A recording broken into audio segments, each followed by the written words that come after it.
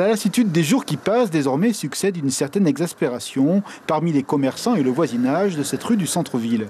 De l'incivilité bien sûr, voire plus, comme cette vitrine cassée dans une nuit du début de la semaine. Par qui, pourquoi? Pas de réponse. Toujours est-il que les citoyens du quartier voient beaucoup de va-et-vient, de groupes qui stationnent, attendent le chaland. On les craint des fois, hein. On leur dit gentiment, bon, allez de l'autre côté, ne restez pas là.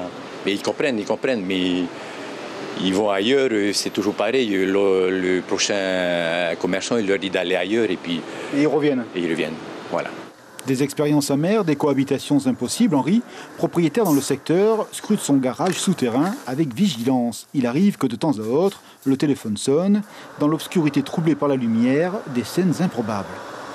Ici, dans mon garage, très souvent, ce sont les locataires qui m'avertissent que, attention, il y a des gens qui sont au parking et qui sont en train de faire des saloperies.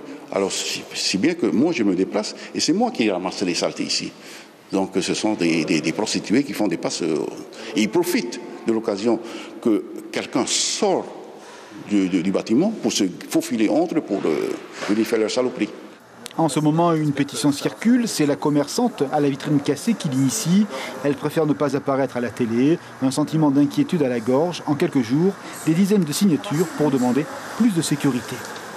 J'ai pas mal de signatures d'ailleurs de nombreux commerçants qui m'ont signé cette pétition. Et que va devenir cette pétition? Écoute,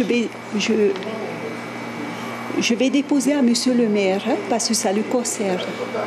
Parce que c'est lui d'abord qui doit faire bouger la sécurité. Une enquête de police est en cours pour le vandalisme sur la vitrine. Au-delà de cela, dans le quartier, c'est une tranquillité civile plus présente qui est attendue.